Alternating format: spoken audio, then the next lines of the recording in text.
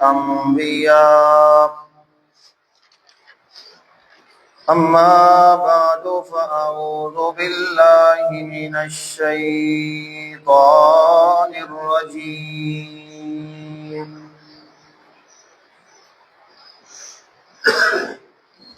بسم الله الرحمن الرحيم. أولئك الذين امتحن الله قلوبهم للتقوى لهم مغفرة وأجر عظيم. سبحان ربك رب العزة عما يصفون وسلام على المرسلين والحمد لله رب العالمين. إن الله وملائكته يصلون على النبي يا أيها الذين آمنوا صلوا عليه وسلموا تسليما.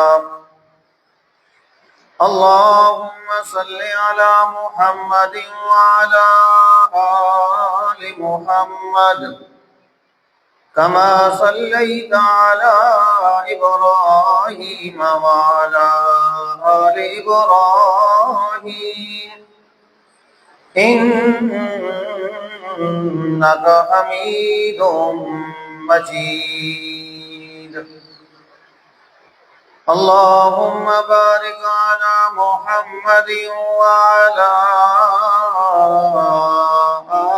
آل محمد كما باركت على إبراهيم وعلى آل إبراهيم إنك حميد مجيد.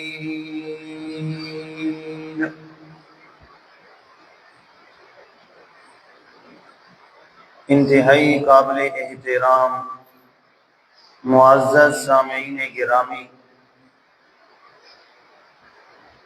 آپ حضرات کے سامنے پارہ نمبر 26 سورۃ الحجرات کی آیت نمبر 3 کا کچھ حصہ تلاوت کیا ہے۔ رب لم یزل اخلاص کے ساتھ اصلاح کی نیت سے اس آیت مبارکہ کے متعلق حق سچ بیان کر سکنے، سمجھا سکنے کی توفیق عطا فرمائے۔ اس کے بعد اللہ کریم مجھے اور آپ کو اس کے مطابق عمل کرنے کی بھی توفیق عطا فرمائے۔ وما توفیقی الا باللہ علیہ توکلت والیہ انیب۔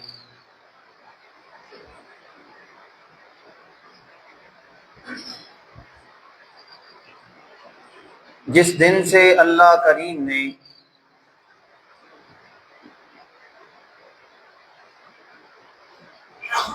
اس دنیا کے اندر انسانیت کو آباد کیا،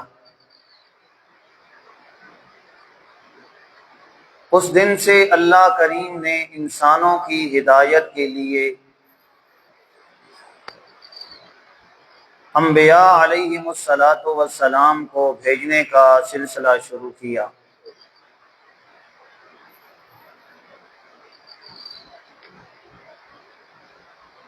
اللہ رب العزت مخلوق میں سے جسے چاہتے اسے مقام نبوت کے لیے منتخب کرتے، اور مخصوص علاقے میں مخصوص افراد کی طرف، مخصوص قوموں کی طرف اللہ کریم اسے نبی بنا کر بھیج دیتے۔ یہ سلسلہ یوں ہی چلتا رہا آخر وہ وقت آیا جب اللہ کریم نے مقام نبوت کے لیے اپنے آخری پیغمبر جناب محمد الرسول اللہ صلی اللہ علیہ وسلم کا انتخاب فرمایا۔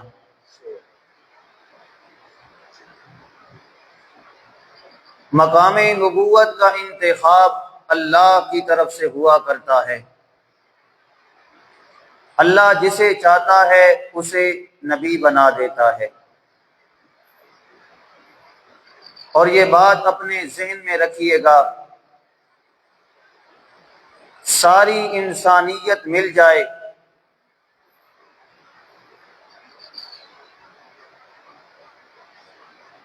ساری انسانیت کے مل جانے سے بھی ساری انسانیت ایک نبی کے مقام اور مرتبے کا مقابلہ نہیں کر سکتی۔ اس کائنات کی ہر چیز مل جائے، کسی نبی کی عظمت اور شان کا مقابلہ نہیں کیا جا سکتا۔ اور اگر سارے نبی مل جائیں، کم و بیش 1,24,000 انبیاء علیہم السلام اللہ نے دنیا کے اندر مبعوث کیے، سارے نبی مل جائیں، آمنہ کے لال جناب محمد الرسول اللہ صلی اللہ علیہ وسلم کی عظمت اور شان کا مقابلہ نہیں کیا جا سکتا۔ اللہ کریم نے نبوت کی اختتامی کڑی بنایا جناب محمد الرسول اللہ صلی اللہ علیہ وسلم کو۔ اللہ کے محبوب پیغمبر اپنی عمر کی 40 بہاریں گزار چکے ہیں۔ 40 سال مکمل ہونے کے بعد اللہ نبوت عطا کرتے ہیں، تو آپ علیہ السلام کو نبوت عطا کی گئی۔ آپ علیہ السلام کوہ صفا کے اوپر چڑھ کے اعلان کر رہے ہیں، قولوا لا الہ الا اللہ تفلحوا، کہ لوگوں اللہ رب العزت کی وحدانیت کی گواہی دے دو، کامیاب ہو جاؤ گے۔ یہ وہ دن تھا جب آمنہ کے لال جناب محمد الرسول اللہ صلی اللہ علیہ وسلم کوہ صفا پہ کھڑے ہیں، لیکن سامنے ماننے والا ایک بھی نہیں ہے، اکیلے کھڑے ہو کے اعلان کر رہے ہیں۔ پھر اللہ کے محبوب پیغمبر نے محنت کی، مکہ میں وقت گزارا، مدینہ میں وقت گزارا۔ اللہ کے محبوب پیغمبر نے لوگوں کی دلوں پر محنت کی، لوگوں کو اللہ رب العزت کے احکامات سنائے، اللہ کی ذات کا تعارف کروایا۔ اللہ کے محبوب پیغمبر کی محنت نے اثر دکھایا کہ لوگوں کے دل اللہ کے رسول کی طرف مائل ہوتے گئے، لوگ اللہ کے پیارے پیغمبر کی طرف مائل ہوتے گئے، آپ علیہ السلام پر ایمان لاتے گئے۔ یہ اللہ کے پیارے پیغمبر کی محنت پر جو ایمان لانے والے تھے انہیں کہا جاتا ہے صحابہ اکرام رضوان اللہ تعالی علیہم اجمعین۔ اللہ کے محبوب پیغمبر کی محنت دیکھیے، کوہ صفا پہ کھڑے ہیں، ماننے والا ایک بھی نہیں ہے سامنے، اکیلے کھڑے ہو کے اعلان کر رہے ہیں اللہ کی وحدانیت کو قبول کر لو، کامیاب ہو جاؤ گے۔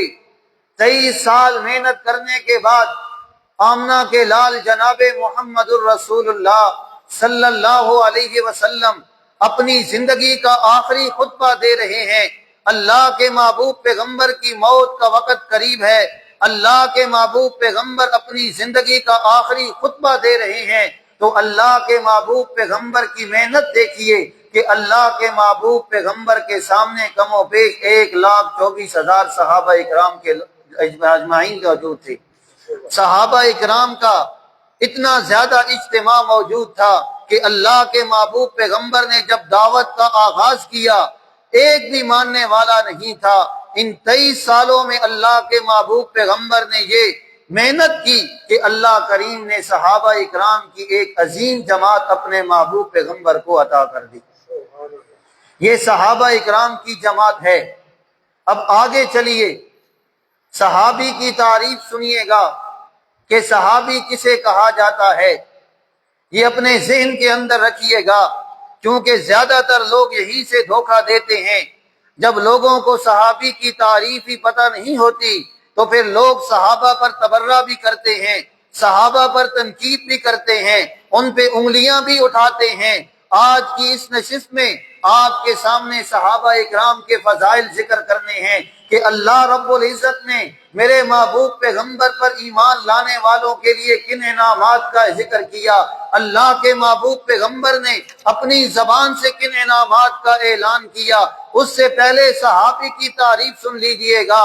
صحابی اسے کہا جاتا ہے کہ جس نے ایمان کی حالت میں میرے محبوب پیغمبر کا دیدار کیا ہو، اور میرے محبوب پیغمبر کا دیدار ایمان کی حالت میں کرنے کے بعد اس کی موت ایمان کی حالت میں آئی ہو تو اسے صحابی کہا جاتا ہے۔ کیا کہا جاتا ہے؟ بولیے بولیے، کیا کہا جاتا ہے؟ صحابی، کہ جس نے ایمان کی حالت میں میرے محبوب پیغمبر کا دیدار کیا ہو اور ایمان کی حالت پر اس پہ موت آئی ہو تو اسے کیا کہا جاتا ہے؟ صحابی کہا جاتا ہے۔ وگرنہ تو ابو جہل بھی اللہ کے محبوب پیغمبر کا دیدار کرتا تھا، اللہ کے محبوب پیغمبر کے پیچھے نماز پڑھا کرتا تھا۔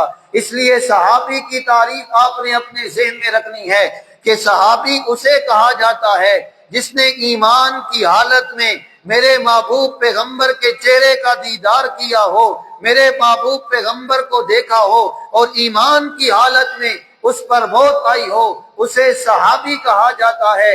جب صحابی کی تعریف واضح ہو گئی کہ صحابی وہ ہوگا جس نے ایمان کی حالت میں میرے محبوب پیغمبر کا دیدار کیا ہو، میرے محبوب پیغمبر پر ایمان لایا ہو، ایمان کی حالت میں اس پہ موت آئی ہو، تو اگلی بات یہ بھی سمجھ لیجئے گا کہ جس طرح مقام نبوت کا انتخاب اللہ کی طرف سے ہوا کرتا ہے کہ اللہ ہر انسان کو نبی نہیں بناتے، بلکہ اللہ کریم کائنات میں سے جس انسان کے لیے چاہتے ہیں اس کے لیے اللہ کریم مقام نبوت کا انتخاب کرتے ہیں، اسے اللہ نبی بناتے ہیں۔ اسی طرح صحابیت کا انتخاب بھی کس ذات کی طرف سے ہوا کرتا ہے؟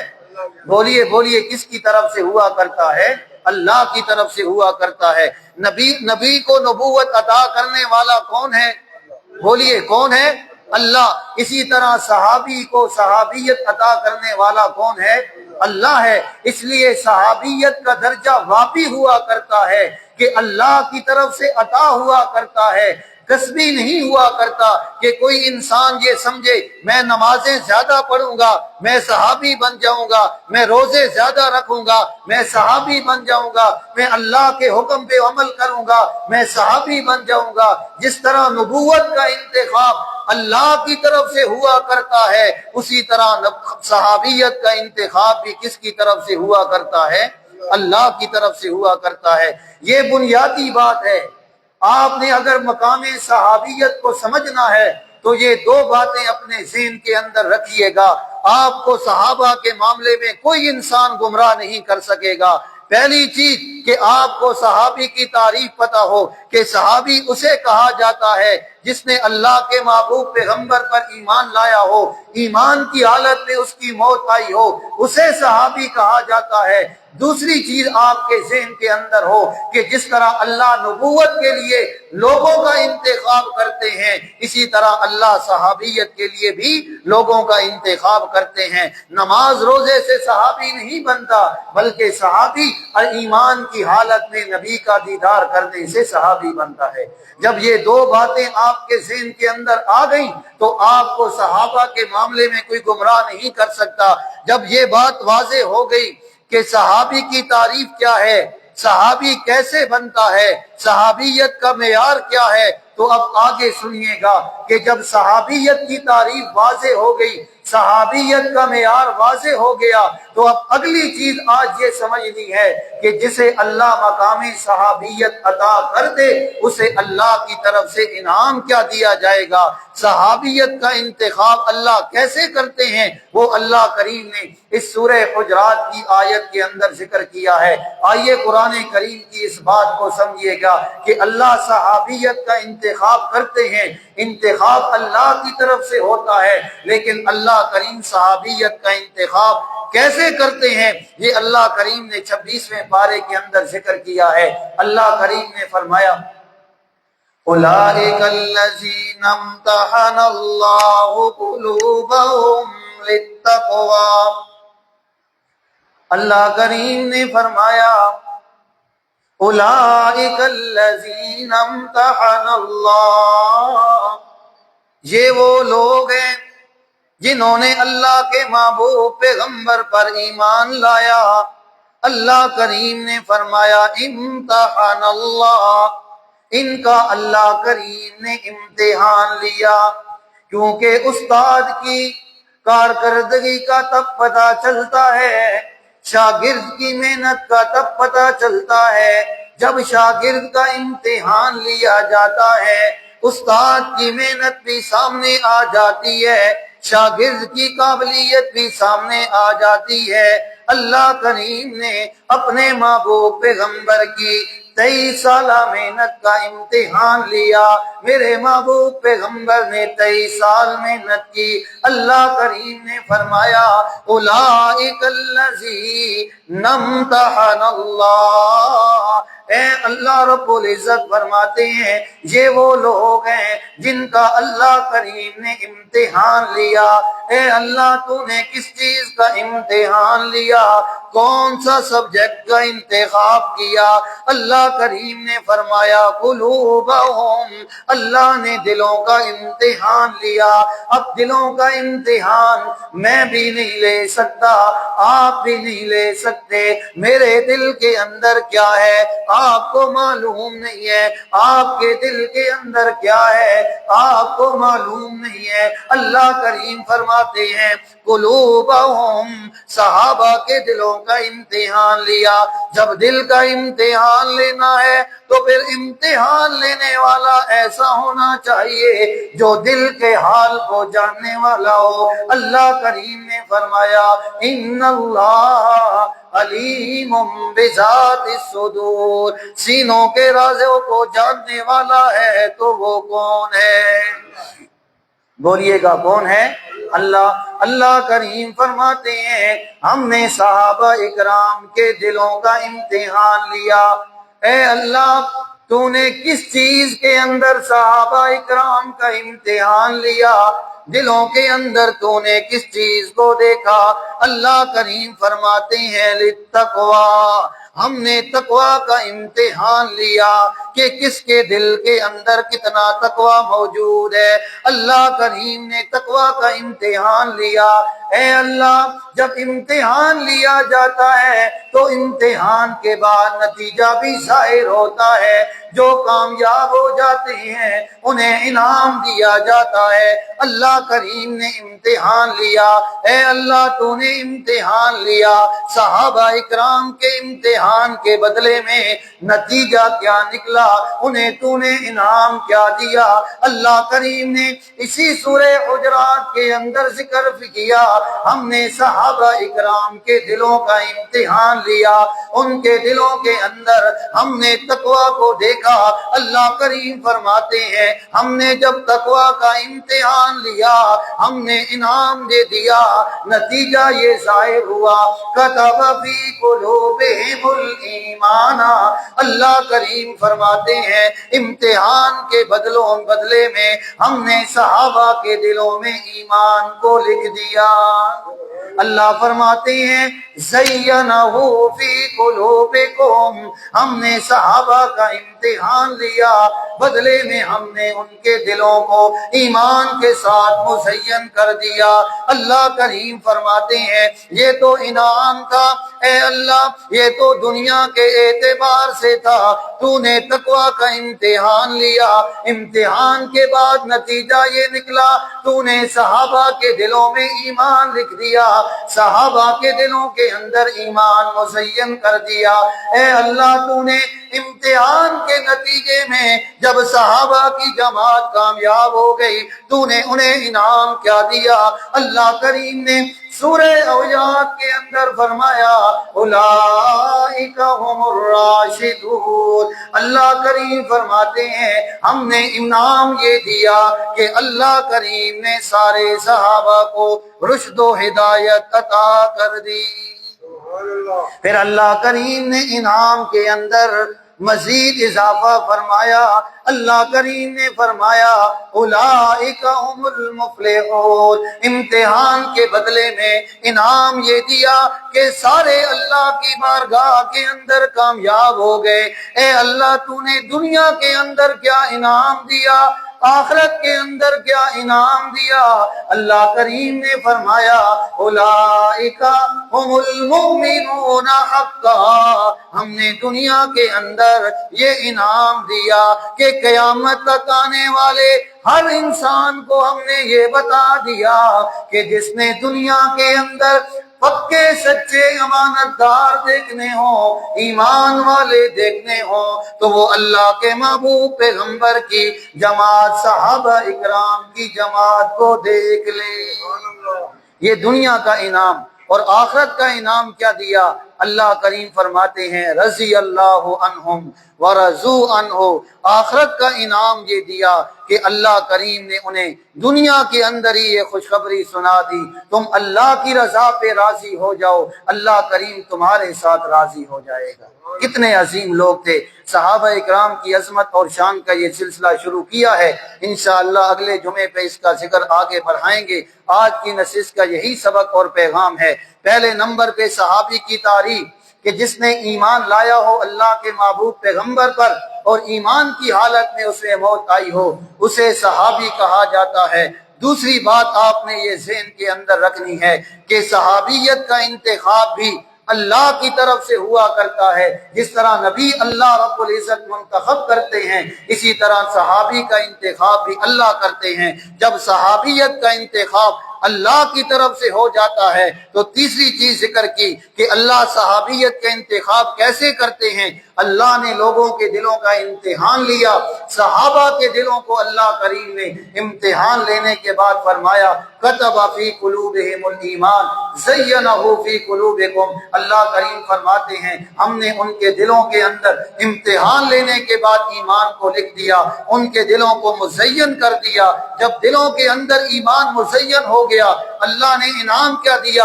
ان کے لیے اللہ نے پکے سچے مومن ہونے کا اعلان کر دیا۔ اب انعام کیا دیے؟